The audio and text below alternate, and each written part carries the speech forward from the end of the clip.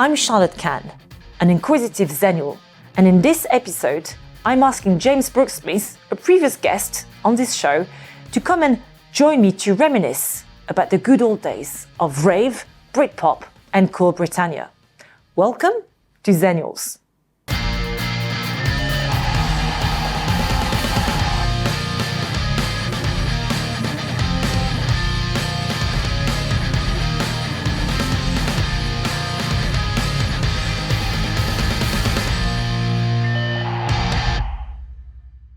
James, welcome back. Great to be back. Absolutely, and we're delighted to have you here with us. But I wanted to spend a bit more time to talk about the place where you grew up and where I live today. It's the UK, because a lot happened during the 1990s here. Britpop, cool Britannia, New Labour, and a thriving art scene with the young British artists, the YBAs, and tech developments with the man who is credited with inventing the internet, Tim Berners-Lee, being British. And we've got Dolly the sheep as well, raves, and the Prodigy, of course. But there's also a darker side because there's a public health scandal concerned with mad cow's disease, for instance. But overall, the 90s here in the UK is a time that's fairly uplifting, isn't it? So yes, I think parts of the 1990s. Thinking in terms of a whole decade can be misleading, I think. It's worth dividing the 90s into kind of sections and phases, perhaps. Certainly, cool Britannia, New Labour, that kind of cultural energy that many of us feel nostalgic for these days, is very much a product of the mid to late 90s. And Britain at that point became a kind of global icon, if you like. And we got things like the Union Jack on the Spice Girls, on Noel Gallagher's guitar, a kind of almost rebranding of Britain in these kind of youth cultural, optimistic, modernizing terms. But if you go back to the beginning of the 90s in Britain, it's kind of a different world, coming on the heels of a recession. Okay, very high unemployment still from the 1980s, a conservative government, and a much different mood and atmosphere. So the boom of the 90s happens, I think, later on in the decade. So I have to ask you, were you an Oasis or a Blur fan? Oasis or Blur? Yep. The answer is Pulp. Okay. I see the 90s in UK as a time where there's a general movement towards levelling up. And maybe that stopped afterwards. What are your thoughts on that? Yeah, so with the election of Tony Blair's New Labour government, there's a real attempt to at least slow the acceleration of inequality in British society. And New Labour benefit from a booming economy, which we have to acknowledge began under John Major and the Conservatives and is part of global forces as well as just national economic policy. But Tony Blair and Gordon Brown and the New Labour project actively seeks to redistribute some of the wealth of that boom outwards. And there's lots of hospitals built, lots of schools refurbished and built. New Labour can cite as one of their achievements in their first term ending homelessness, ending rough sleeping. So there's a real concerted attempt to address some of the inequalities that had arisen over the course of the Thatcher government in the 1980s.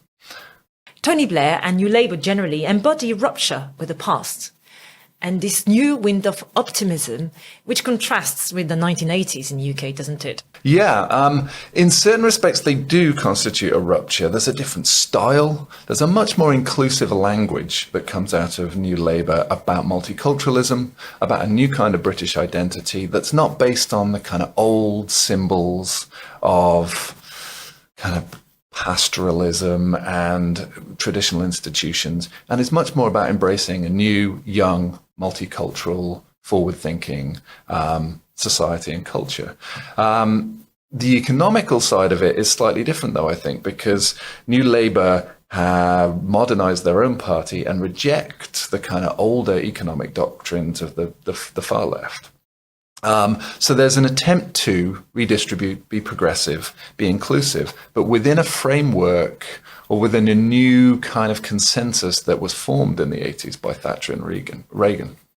James, what about this thriving art scene in the UK in the 1990s? Yeah, so the young British artists in particular make a huge splash both within British culture and around the world.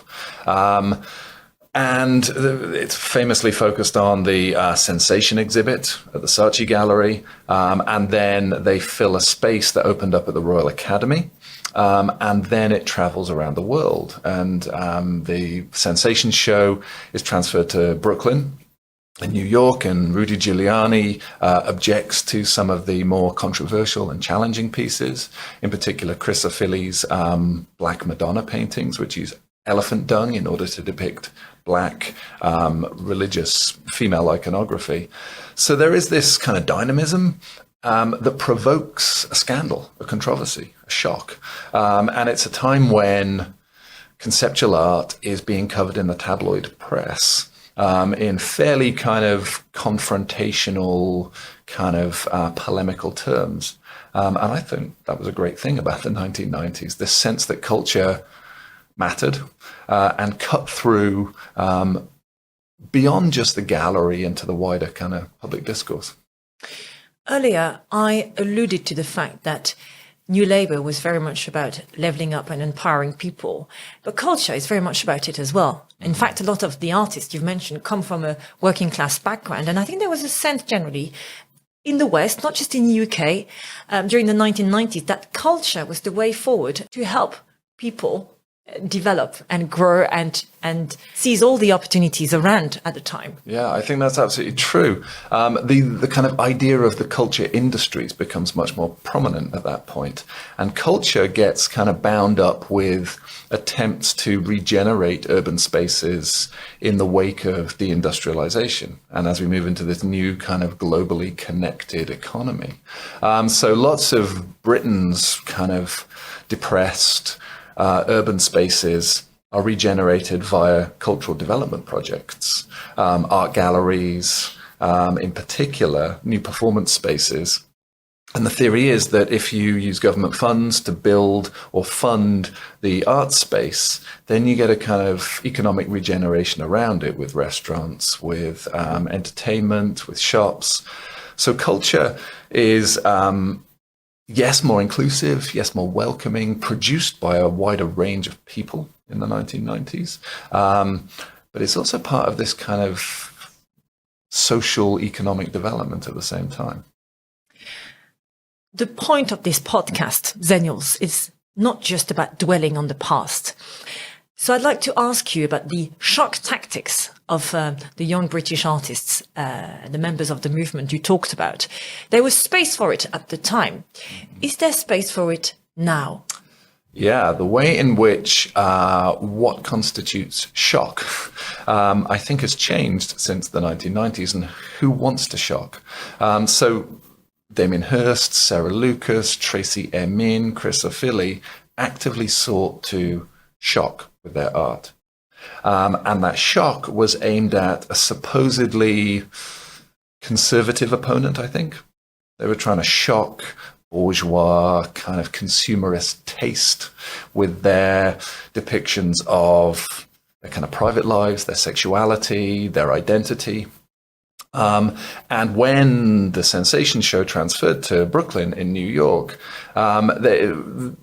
and Rudy Giuliani turned it into a giant kind of tabloid affair, little warnings, trigger warnings were placed on the artworks and outside, but ironic trigger warnings saying that beware all you who enter here, you might experience shock, destabilization, enjoyment.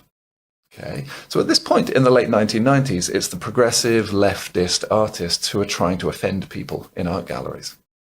Okay, fast forward 20 years or so, and art is much more respectful, I think, much more scared of giving offense.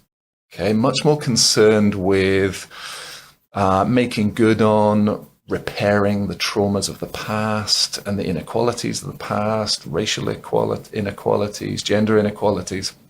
So in a certain sense, we have this kind of more enlightened, progressive art culture. But in another sense, a kind of polite art culture, I miss some of that dynamism, some of that shock, some of that kind of nastiness of 90s YBA art. I'd like to talk about Xennials themselves, our generation. Since you are a Xennial like me, James, I think that's no secret anymore. Many of today's political and business leaders are Xennials. I'm thinking of Zuckerberg, for instance, of Emmanuel Macron in France, Rishi Sunak here in the UK, or even Zelensky, for instance. How do you view their style of leadership? What's different about them as leaders? Yeah, this is a great question and a difficult question because it's those people you just mentioned come from all variety of different parties, ideological positions in contemporary culture. They're all young. They all have a fairly casual style in many ways. Politics in the 1990s, a lot of the discourse around New Labour and the New Democrats in the States was about spin and about presentation and about PR, the way in which politics had become much more of a kind of media spectacle. Well, again, fast forward 20 years, and that has only intensified over time with social media, with the constant attention to gaffes and gotchas and missteps. So I think one thing that unites those figures is their great skill and attention to image management. As much as anything. And some of them do it masterfully. Zelensky on the world stage has been masterful at presenting himself and generating support through his performances as much as through his leadership. So I think that's a key concern for Xennial leaders today. In fact, they've learned those skills during the 1990s, haven't they? Because the decade really signals an era where everything is performed for the camera. Yeah. But there's also a more morbid connotation, let's say, to this need to perform for an audience. And there I'm thinking about the Columbine shootings, for instance, or even the September 11th attacks. Yeah, absolutely. The 90s are a kind of hinge point in so many ways. But one of the things that they usher in is this world of total digital media surveillance, where not only is, the world of pre-1989 and the central state is kind of passing in terms of state surveillance. It's still there, but we get this new world of total self-surveillance in the digital era. And in the 90s, some of the key shifts to that, you mentioned them there, but the rise of reality television is a key moment in the 1990s. Big Brother, takes its name from a dystopian novel. And there is a sense in which in the social media age, we're all living in that kind of dystopian surveillance system where we're all checking our updates, seeing what the feedback is, and this kind of hyper self-awareness about self-presentation and management. And so you talk about the darker side of that, absolutely. The Columbine massacre was a desperate attempt on the part of two resentful little men to be seen on the world media stage. And we're now in the era of live-streamed terrorist events and mass killings, live-streamed on Facebook in Christchurch, New Zealand. And I think many of the kind of new cultural movements that we see in the 2010s and 2020s to do with identity and politics and the kind of, I hate to use the term, but the kind of woke politics is to do with a kind of defense against this mass surveillance, mass comment that we have in this completely plugged in social media landscape. James, further to this need to present ourselves to different media platforms constantly in our jobs or personal lives, what are the other attributes, qualities, or even weaknesses of Xennials, according to you? I don't think we have any. No, I'm not going to say that. We have plenty, of course. That's a very good question. I think partly we've grown up in a world post-1989 without any real alternative to neoliberal economics. And I think maybe that world is going to come into being soon, but while Tony Blair and Bill Clinton managed to shift the dial to a certain extent, we've lived in a world of increasing inequality for much of our lifetimes and increasing precariousness for especially young people coming through today. So I think we've kind of bought into, in many respects, that kind of aspirational, professional kind of world, in spite of our subcultural identifications as young people. And I think young people today are much more disaffected with that economic system that we've done pretty well out of. But there was a fair dose of cynicism and angst amongst us growing up in the 90s. I remember anti-WTO demonstrations, for instance. In the previous podcast, we talked about the different musical genres of the time, grunge, for instance, or heavy metal. I mean, they were not exactly very upbeat manifestations of how we felt about the decade. So there was some dissatisfaction brewing during the 90s. Absolutely. There's a kind of misconception about the 1990s as being apolitical in some way. Perhaps in comparison to earlier decades, earlier generations, we certainly didn't have our May 68 moment. Nevertheless, certainly in terms of anti-globalization movements on the streets in Seattle and Genoa and elsewhere, when I was a kid, I remember as a teenager, the big kind of protest movement was against road development and bypasses, which is part of a burgeoning environmental consciousness at the same time. So whilst many of those movements didn't have traction at that point within political parties and within governments, I think they feed into a longer line of kind of protest and discontent that gets manifested in Occupy and in many of the movements today. So yeah, I think the 90s were disaffected and politicized as well. To conclude with, James, I mean, it's fascinating to talk to you, and I'm going to resist the temptation to invite you for a third podcast. So I have to ask you the following question. Why did you want to write a history of the 90s? What prompted you to do it? Yeah, getting old, being nostalgic. Midlife crisis? Midlife crisis, wanting to relive my youth in the form of a large history book. That's slightly a strange way to go about it. But also my growing sense that the 90s were becoming history. What was current affairs, lived experience, was being kind of churned under by a new wave of events, new trends, new styles, new people. So I wanted to kind of go back with a different perspective on it. I also had a very strange experience teaching British cinema in a Canadian university, teaching a class on train spotting and discussing it with my students. And then I had a student come to my office afterwards, tell me how much he enjoyed the class and how much he loved train spotting and how much he loved the music of that era and how he loved Oasis and Pulp and Blur. And I told him that I'd been to watch Oasis when I was a kid in Wolverhampton in the 1990s. And he was kind of struck and he said, "It's amazing that you got to see all those classic rock bands."